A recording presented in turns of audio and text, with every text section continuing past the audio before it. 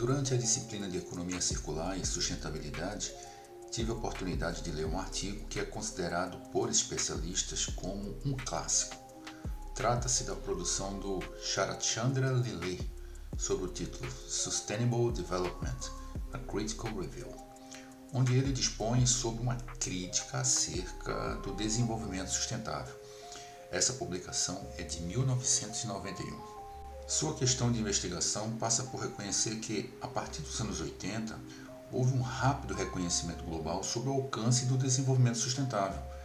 Porém, sua adoção carece de uma clareza conceitual mais rigorosa, o que, segundo ele, compromete ou impossibilita a adoção de políticas que de fato possam assegurar sua efetividade, ou seja, um mundo ecologicamente mais equilibrado e socialmente justo.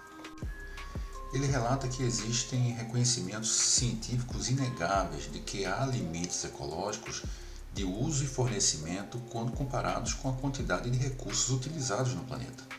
Portanto, a ideia de uma extração infinita, baseada no crescimento econômico, possa ser suportado por um planeta finito, é, para começo de conversa, uma impossibilidade física. Portanto, há espaço para ser questionada a definição mundialmente adotada sobre o desenvolvimento sustentável, que assenta-se na célebre frase do relatório da Comissão de Brundtland, na qual define que o desenvolvimento sustentável é aquele desenvolvimento que satisfaz as necessidades da geração atual sem comprometer a capacidade das gerações futuras de satisfazerem suas próprias necessidades. Portanto, sendo uma frase, a princípio, consensual sobre vários ângulos, ele interpreta como vaga nas entrelinhas, pois como acomodar numa mesma frase interesses diametricamente opostos? Como pode uma frase, digamos, agradar a um grupo que esteja focado no aumento do lucro, o outro no crescimento do PIB, o outro na diminuição da poluição, e aqueles que estão focados na reforma agrária, por exemplo? Será que essa trégua superficial sobrevive quando expostas às fraquezas estruturais desse pensamento? Ele entende que algumas premissas associadas a tal definição são simplistas e até ingênuas, tais como de que a pobreza causa a degradação ambiental, pois, como tal, não há escolha a não ser extrair sem controle os recursos do meio ambiente, de modo que a degradação gera ainda mais pobreza. A sua argumentação é de que tal entendimento não leva em conta, por exemplo, o consumo sem limites, a obsolescência programada, a riqueza desproporcional do norte global, isso sem falar nas escolhas das tecnologias ambientalmente destrutivas apenas porque são, a princípio, mais baratas para a indústria. Tudo isso associado aos valores culturais pelo acúmulo desenfreado de bens. Portanto, inferir o peso da crise ecológica global quase que exclusivamente na conta da pobreza, ou seja, dos mais vulneráveis, é uma visão conveniente para quem já está no topo. Ou seja, o autor contesta o entendimento dominante de que o mundo precisa ficar rico, ou seja, precisa crescer economicamente para eliminar a pobreza, como sendo esta a única solução operacional viável para a proteção do meio ambiente. Ele contesta esse entendimento se valendo de fatos históricos das políticas de desenvolvimento, ou seja, o crescimento econômico por si só sempre foi incapaz de erradicar a pobreza profunda, além de exigir um alto pedágio ambiental. Portanto, não faz qualquer sentido apostar em tal crescimento como uma alavanca principal do desenvolvimento sustentável. Ele utiliza um caso de uso em uma região da Índia para justificar tal entendimento, onde historicamente existia um sistema feudal de posse de terra, porém com pastagens comunitárias mantidas e controladas sem qualquer superexploração.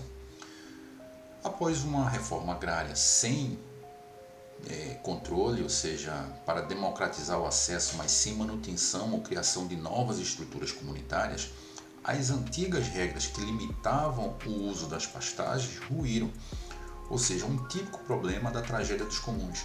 Ou seja, sua conclusão é que para a efetividade da equidade social é necessária uma engenharia social e institucional integrada para que seja alcançada uma sustentabilidade ecológica. Ele também questiona a abordagem neoclássica da economia voltada para a arquitetura do comércio internacional de forma livre e globalizada, como força motriz da modernidade, pois muitas vezes não é levado em conta a capacidade de suporte da terra. Além do que, essa arquitetura financeira frequentemente força países em desenvolvimento a exportarem quantidade cada vez maiores de seus recursos naturais primários apenas para pagamento de dívidas. Ou seja, sua argumentação é de que o mercado globaliza o lucro, porém o custo ambiental fica retido à localidade explorada, refletindo um peso físico realista sobre o planeta. Uma outra abordagem no artigo dispõe sobre o setor da agricultura, onde ele questiona, por exemplo, a inadequada apropriação de rótulos, ou seja, agricultura sustentável, cultivo de baixo impacto, produtos orgânicos, ou seja, caminhos férteis para o chamado greenwashing. Isso sem falar na degradação do solo, sob a intervenção de fertilizantes químicos.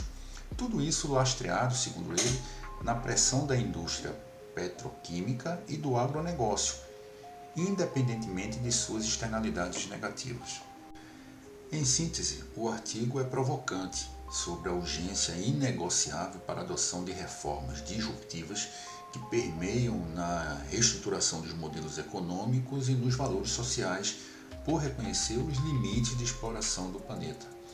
Tudo isso em contradição ao pragmatismo dos tratados globais consensuais, que evitam ao máximo o veto de potências econômicas e buscam a todo custo manter o capital corporativo, ou seja, mantendo os donos do poder para a devida aceitação global. Segundo ele, uma armadilha de consenso. É uma imprecisão conceitual que carrega contradições práticas presentes no mundo atual. A minha reflexão é de que sua análise assenta-se no pressuposto tipicamente de economia ecológica, contrária ao pensamento neoclássico. No limite do meu conhecimento, ainda tenho certa dificuldade de compreensão prática de uma abordagem disruptiva que possa aceitar o decrescimento. Contudo, concordo com o risco das armadilhas dos clichês de fácil compreensão que podem ocultar certos efeitos colaterais indesejáveis. Contudo, quanto ao desenvolvimento sustentável, no que o autor aponta como fraqueza pela definição vaga do texto, reflito, não seria ou poderia ser o contrário, ou seja, uma força, pois acredito que, como ponto de partida, tal definição leva a um certo consenso, e esse consenso, em certa medida, é desejável na busca de um engajamento político e social, pois eu acredito numa evolução graduada e natural da sociedade, quer pela inovação tecnológica, quer pela consciência ambiental e ecológica, que possa traduzir em aprimoramentos regulatórios, por exemplo. Tudo isso, evidentemente, sem negar as descobertas científicas e a capacidade de suporte que o planeta tem para ser explorado.